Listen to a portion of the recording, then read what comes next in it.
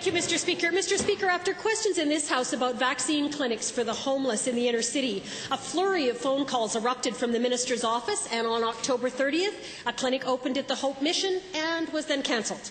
Other clinics for the Boyle-Macaulay Health Centre, Operation Friendship, and Boyle Street Community Services Centre never opened. The agencies who serve the inner city population were surprised they were not provided with vaccine to distribute as part of last week's expansion to include vulnerable people. To the Minister of Health, what can the Minister tell these agencies about timelines now? The Honourable Minister of Health and Wellness. Well, I don't want to sound like someone who's going to take another question under advisement, but I have to. It is my understanding, in consultation with the Minister for Urban Affairs, that Housing and Urban Affairs, that the vaccine had been provided to the homeless. Now, I don't have where exactly they were provided to the homeless, but I will check into it and get an answer by tomorrow for the member. The honourable member. Well, thank you. Yes. If the minister can confirm that government will release vaccine supplies to these agencies to administer for the inner city population of vulnerable people, which of course includes the homeless and those who are immune compromised, we would appreciate it.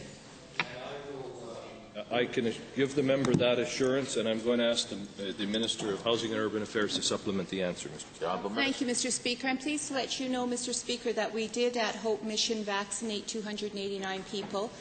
With the change that has occurred, Mr. Speaker, with the change in the priority plan that has occurred most recently, the homeless are very much in the high priority area, and I can also assure this member, Mr. Speaker, that the Boyle Health Centre, they will be receiving the vaccine very shortly, I think tomorrow or the next day, and that they will be out vaccinating more of the homeless. The honourable member.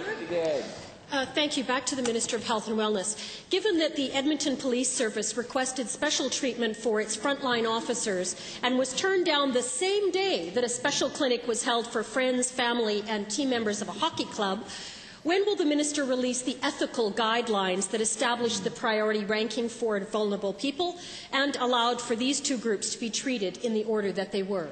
The Honourable Minister.